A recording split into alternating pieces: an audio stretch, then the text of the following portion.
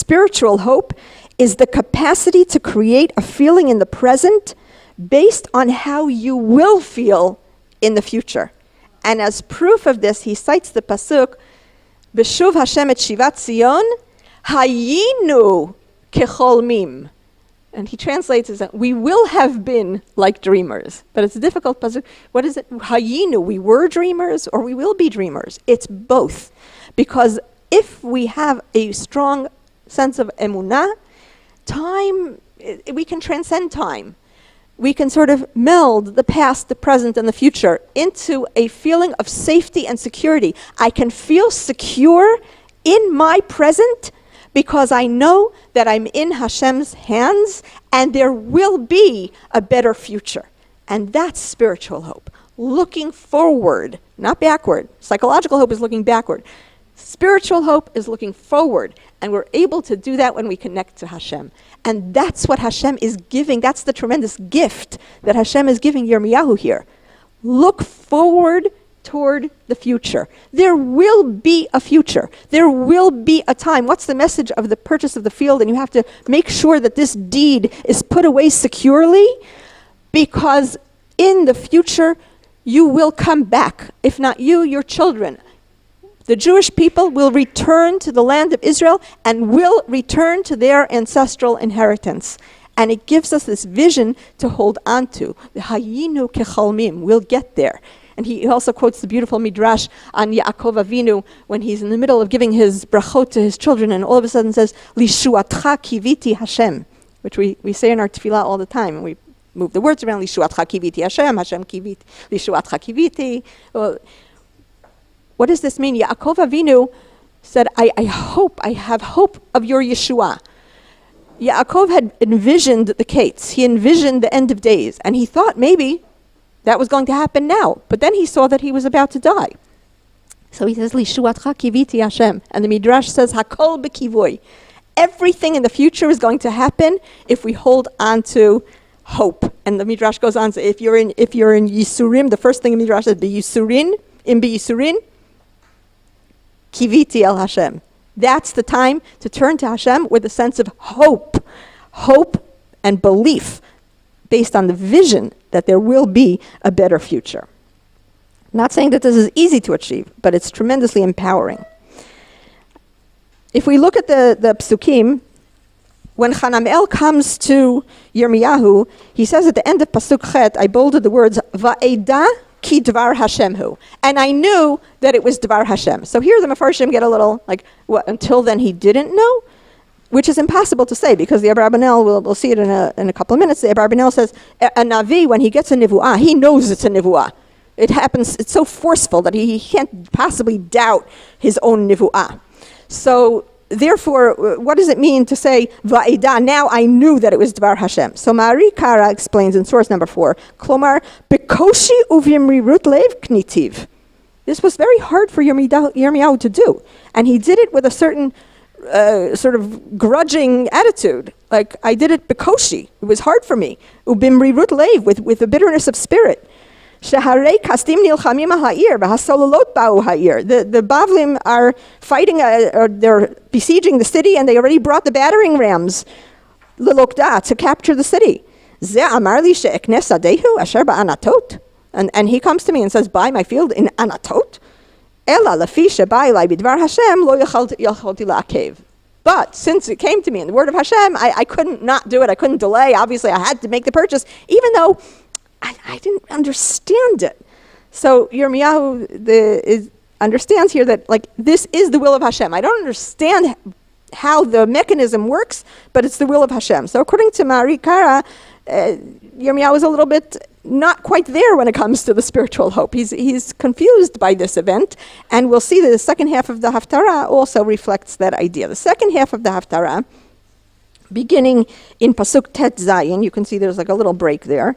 So again, following the Pasuk Va'ida ki dvar Hashem hu, that I knew this was the word of Hashem, explains all the details of the sale. And then, after the sale is concluded, we find Va'et palel el Hashem, Pasuk Tet Zayin. Va'et palel el Hashem acharei titi et sefer hamikna el Baruch ben Neria lemor.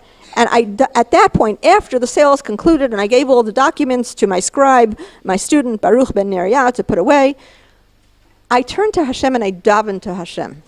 And Yirmiyahu here gives a very heartfelt, he pours out his heart to Hashem in tefillah, and essentially says at the end, like, I don't get it. Right? Like, what is going on here? Obviously, I know nothing is beyond you, Hashem, but what is going on here?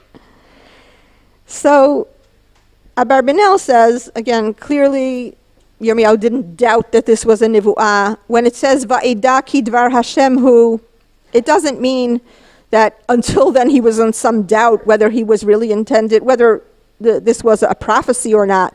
Rather, he says the only doubt was what Hashem intended him to do, because when Hashem told him, Hanamel is going to come and ask you to buy the field, he leaves it at that. He doesn't tell him what to do next. And when Hanamel comes, immediately, it's like Vihine, the minute Hashem finishes sort of whispering in Yirmiyahu's ear, Hanamel is going to come, Hanamel is at the door. So Yirmiyahu, so the Abarbanel says, from that, Yirmiyahu understood that it was Ritzon Hashem that he actually buy the field. And that's what Va'ida ki dvar Hashem is, she'ekne et hasadeh. Why do I have to buy the field? V'chi hu yitbarach, the underlined line at the end of source 5, ki hu yitbarach he'ir et ruach Hanamel lezeh, k'dei she'ani ekne et hasadeh. I knew that Hashem, woke Hanamel and sent him to me so that I should buy the field. V'yihiyeh le'ot u'lemofet livnei Yehuda, she'od yiknu sadot u'kramim be'artzam, im heyot chel hakasdim tsarim alehem va'yilkedum. This should be a sign and a concrete sign, not just something I'm talking about, because Yirmiyahu had nivuot before that the people would return. There were messages that he had relayed before now, that the exile of the Babylonian exile would only last for 70 years, and then the people would come back. Vishavu, the beautiful Me'ana lehinachem, Rachel Imenu crying in Shamayim, and Vishavu vanim ligvulam. He had said all those things. But talking about it wasn't enough, and people were not holding on to that hope. They couldn't get it just from Yirmiyahu saying to them, have hope, there will be a future. It's not enough. They needed to see he's doing something inexplicable. He's purchasing a field, kedat uchedin, with all of the full price and all the details, because, wow, he must really be certain that we're going to come back. And that creates a mindset shift. In Chumash Mesarat Harav, Rav Soloveitchik explains one of the details of the sale very beautifully. One of the details of the sale is, as I mentioned before, two copies of the deeds were written, of the deed of sale. One was called HaSefer HeGalui, and one was called HaSefer HeChatum. The open one and the revealed one. The open one is an open document, and the sealed one is closed. On source number 6. So God responded by telling Jeremiah, God responded here to Yirmiyahu's hesitation. He says, the Rav had said that Yirmiyahu, clearly, he must have known that his cousin was impoverished. So why wasn't he proactive about buying the field? Because he didn't think it was to the point. Again, why do I need a field in Anatot if I'm languishing in prison in the Beit HaMelech? So Hashem responded to that hesitation by saying to Yirmiyahu, write 2 deed documents, one open and one sealed. And the Gemara in Bava Batra 160b explains that the open document refers to one written on an open piece of paper, the text visible. The sealed document is a paper that's folded and tied with the text not visible from the outside. God told Yirmiyahu to write these 2 types of documents because each symbolizes how God relates to the Jewish people. Sometimes he deals with Israel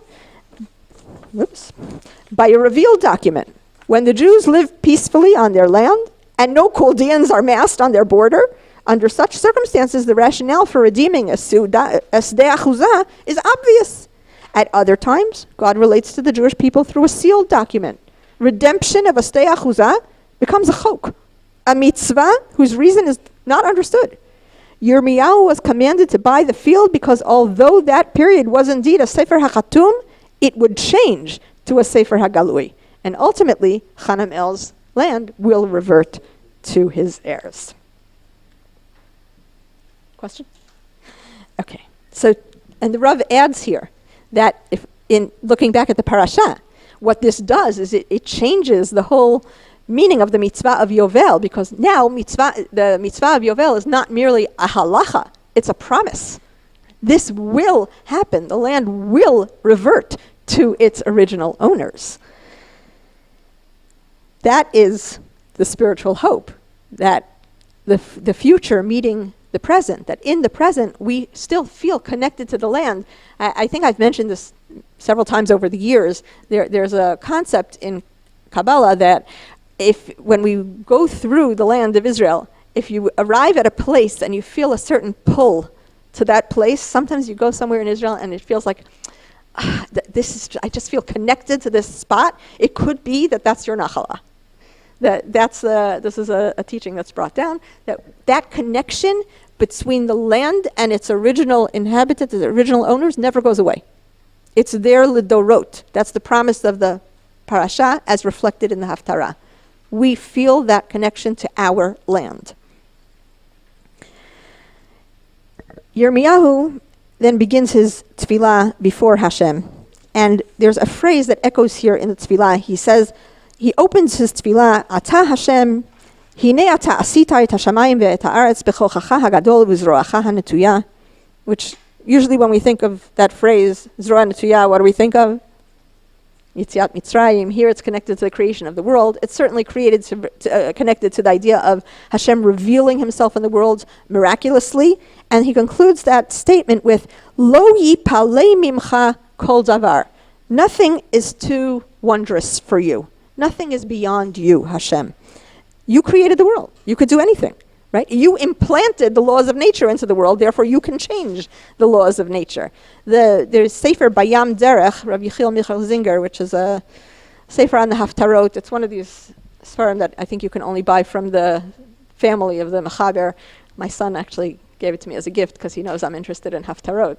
So the author there writes that in this in this tefillah of Yirmiyahu, we see expressed the three fundamental beliefs in Hashem as formulated by Rav Yosef Albo, a medieval philosopher. The first is Mitziut Hashem, the existence of Hashem, which means Hashem as creator of the world, Hashem as the prime mover of all of the events in the world. The second fundamental principle is Hashgacha Pratit and Schar Va'onesh. Hashem is in constant supervision of what's going on in the world, and everyone is rewarded or punished according to his deeds. That's very explicit in the Haftarah, in the Tefillah of Yirmiyahu. And thirdly is revelation, that Hashem reveals himself miraculously in the world.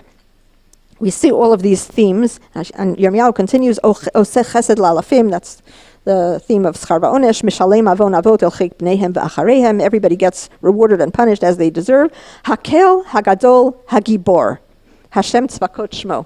It's somewhat of a familiar phrase, but Hanorah. Where's Hanorah? Hakel Hagadol Hagibor V'Hanorah.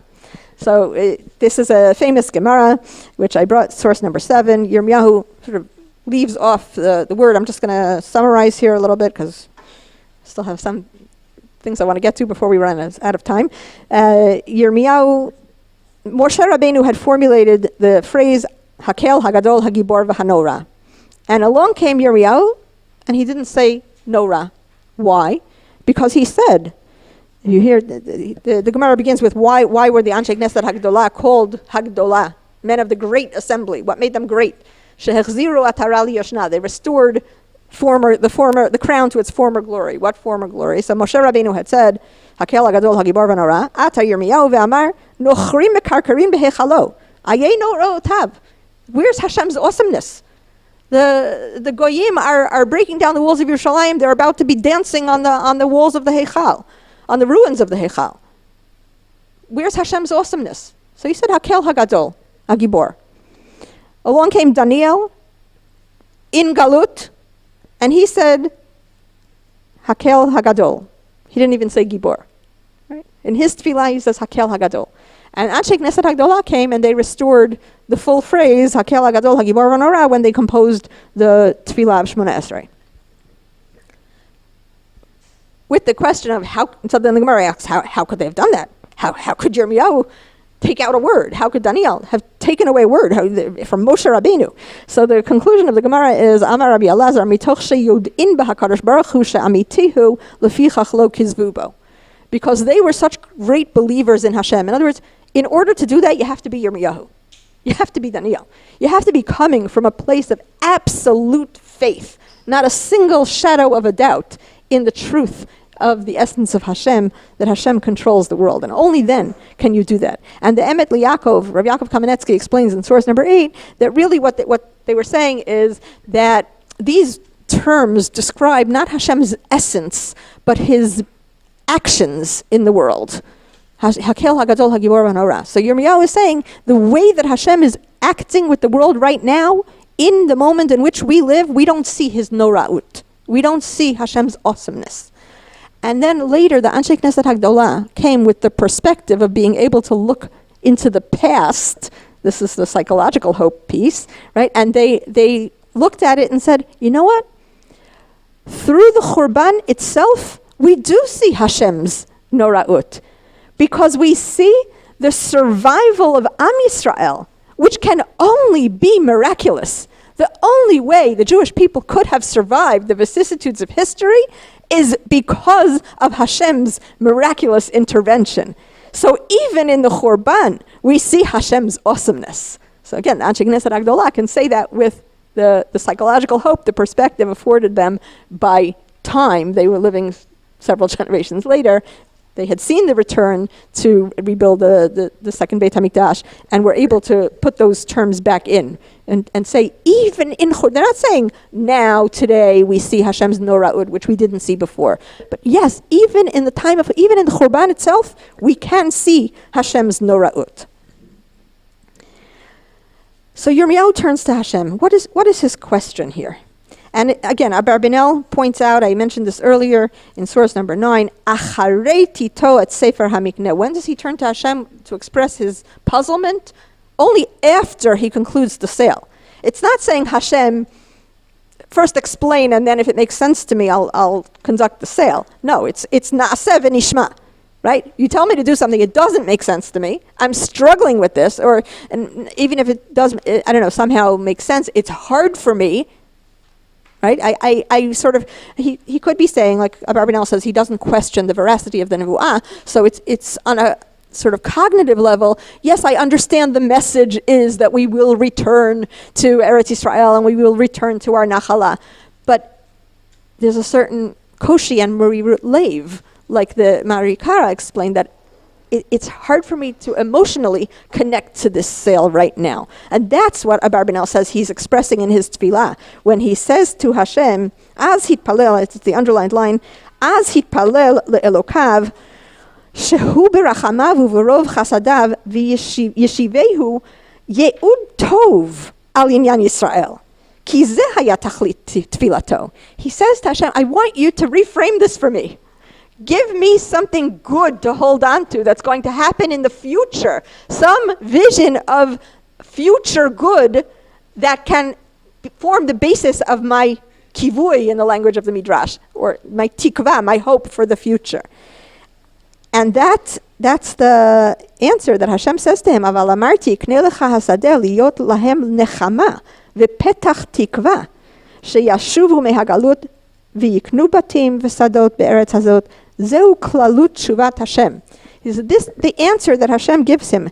And what's interesting is that in the Haftarah, from Pasuk Tet Zayin until almost the end of the Haftarah is all Yirmiyahu's tefillah, where he goes through, you've brought us to Eretz Yisrael and everybody sinned against you, and certainly now they're getting their just deserts. Everything that's happened to them is deserved because of the way they sinned to you.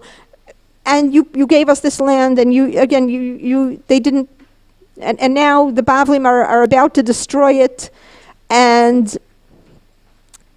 now you tell me go buy the field, go purchase this field, and Hashem answers him, and the answer in the Haftarah is only one pasuk. Vayhi dvar Hashem el Yirmiyahu lemor, hinei ani Hashem Elokei kol basar, hamimeni yipalei kol davar. I'm Hashem, the God of all mankind. Is anything too wondrous for me? In the Perek, the answer goes on much longer. But Abarbanel says this is it. This one pasuk basically encapsulates the whole answer, which is that nothing is too difficult for Hashem. So I just want to look at that answer a little bit, the question and answer a little bit. First of all, the Malbim focuses on this term, Ani Hashem Elokei Kol Basar. Very unusual term in Tanakh. We do not see this. I think it might even be unique in Tanakh. It sounds like it would be a familiar phrase, but it's not. Elokei kol basar, God of all mankind. What is that doing here? Why specifically now does Hashem identify himself in that way? Hodia lo Hashem shehagam she'ata, this is source number 10, hagam she'ata techarev ha'ir, v'Yisrael yiglu berosh golim al yidei ha'ashgacha ha'ishit le'onsham al avonotehem. It's true. The city, just like you said in your tefillah, Yirmiyahu, the city is about to be destroyed. The people are getting exactly what they deserve. They sinned and they're being punished because that's what they have coming to them. B'chol zot, lo tishtane atzato hakduma asher ya'at sheha'aretz tiyeh morasha livnei Yisrael, shehi muchrachat mitzad shehu elokei kol basar. Nothing changes in the decree of Hashem that this land will belong to the nation of Israel lanetzach. Hashem's original plan, Eretz Yisrael, Am Yisrael, Al Pi Torat Yisrael, never changes. How does this fit with Elokei Kol Basar? This is because Hashem is Elokei Kol Basar. Mitzad ha'hanhaga ha'kolelet. Elokei Kol Basar reflects, I'm God of all mankind. There's an overarching vision. Yes, there are promises, and I tell you that every single person will be rewarded and punished as that individual deserves. But biklalut, Am Yisrael will never be destroyed. And that vision is what is happening here. This is Hanhaga Kolelet HaMekasheret et Kol Hadorot. This is what unifies, it transcends time. It's throughout every generation. Even in generations where there's tremendous punishment that's being executed, nevertheless, simultaneously there exists that never-ending promise of Hashem, Am Yisrael be'eretz Yisrael al pi Torat Yisrael, al yedei gilgulim utrufim rabim. There are going to be a lot of different mechanisms in history that will see this through. But umimeni lo yipalei kol davar shelo tishtane atzati hakduma. My original plan never alters. So that reward and punishment on an individual level can and does coexist with that national promise that Hashem will redeem the nation and the land. Vihine and Abarbanel and Malbim, by the way, Malbim often adopts the ideas of the Abarbanel, so I'm flipping back and forth because they're very similar. It's just a question of how the idea was expressed in the two different sources. So sometimes I brought Malbim, sometimes Abarbanel, but their outlook on the parak is very much the same. Vihine ha-ge'ula ha-miu'edet po. This ge'ula, that the people that is described here as the destiny of the Jewish people, hi ha'atida lihiyot, says the Abarbanel, writing in the early 1500s, following the Spanish Inquisition, which he thought would immediately precede the Geula. He was anticipating the Geula in his time, but he also, reflected forward. This is, again, the forward-thinking, spiritual hope. Ha-Geula ha-miu'edet po, this Geula described in this parak of Yirmiyahu, is ha'atida liyot b'kibbutz galuyot, lo p'kidat Bavel. This is not a nivu'ah for Shivat Zion in the time of Ezra and Nehemiah. This is a nivu'ah for the future. Somewhere I was just talking to the lady at the front desk who we were talking about the parak, and she clearly is familiar with the Haftarah, and she said she keeps expecting any day that some archaeologist is going to dig up the klicheres, the ceramic vessel containing the deed of Yirmiyahu, because we're about to see that field return to its original owner. So it could happen at any moment that could be dug up. And this is this because it is not for Shivat Zion, it's talking about the Geula that will happen. And says the Abarbanel, Yirmiyahu was to change his mindset from the sort of doom speak that he had been engaged in until then to the underlined lines, Ka'asher hiveti el ha'am hazeh et kol hara'ah hagdola hazot, kein anochi mevie alehem et kol hatova asher anochi dover alehem. Just like I brought upon them the bad nivuot, the fulfillment of the negative promises, so too the good will follow. It's what I call a Rabbi Akiva mindset. Right? Rabbi Akiva could laugh on the ruins of the Beit HaMikdash. We're coming up to Lag BaOmer. This is the Rabbi Akiva mindset. You look at it and you say, if what Hashem said regarding the destruction was true, then what he said about the Geula is also true. It will happen. It's happening. We see it in our own times. And the expression that Yirmiyahu uses here. It's a key phrase. Yirmiyahu says it in his opening words, right? He says, Lo yipalei mimcha kol davar, nothing is beyond you. And Hashem's answer to him is, Hamimeni yipalei kol davar, nothing is beyond me. Yipalei, with regard to Hashem, is a verb that occurs 3 times in Tanakh. Only 3 times, a significant number. Where? The first time is with regard to Sarai Imenu, when the angel comes and says, you will have a child, and she finds it very hard to believe, and she laughs, and Hashem says, what? You think I can't do it? Hayipalei me Hashem davar? Right? Is anything beyond Hashem? Okay, it doesn't seem, according to the laws of nature, that you're able to have a child, but I say you're going to have a child. So you're going to have a child. Right? The Malbim says, davar, there in source number, that was source number 12, Hayipalei me Hashem davar, is the response to Sarai Imenu. And the Malbim says in the Aval davar, sheyaseh Hashem ba'atzmo, he says there's a difference between something that's done al yedei shaliach and something that Hashem himself carries out. If Hashem himself is going to carry something out, there is no limit to what Hashem can do. Because Hashem made the laws of nature, he can break the laws of nature. I will say, this is, lahavdil, alfei havdalot, but at one of my son's weddings, the photographer always wants you to give a list of the pictures that you want taken, like so that they don't miss one, and then you blame the photographer in the end. The only one you can blame is yourself. So I had given the photographer a list, and then, at the wedding, I said, okay, but let's do this, and he's got, but it's not on the list. And I said, but I made the list, so if I made the list, I can change the list. And that's my very poor analogy to Hashem made the world. He can change the world. Right? Hayipalei me Hashem davar, nothing is beyond Hashem's ability to change. So it's not even a wonder. It's not even a pele, says the Malbim. The second time we see the root Hayipalei is in connection with our Haftorah, where Yirmiyahu says, I know nothing is beyond you, but I can't quite grasp that nothing is beyond you. And Hashem says, indeed, nothing is beyond me. And that's what you have just shown with this concrete act of purchasing the land. And the final appearance of this verb is in Zechariah, in a beautiful nivuah. I wish I could have brought the whole parak. If you have time, go take a look at it. But this is the part, it's part of this beautiful nivuah. Ko amar Hashem, shavti el Tzion, v'shachanti b'toch Yerushalayim, ונקראה ירושלים עיר האמת והר השם צבקות הר הקודש. כה אמר השם צבקות עוד ישבו זקנים וזקנות ברחובות ירושלים ואיש משענתו בידו מרוב ימים ורחובות העיר ימלאו ילדים וילדות משחקים ברחובותיה.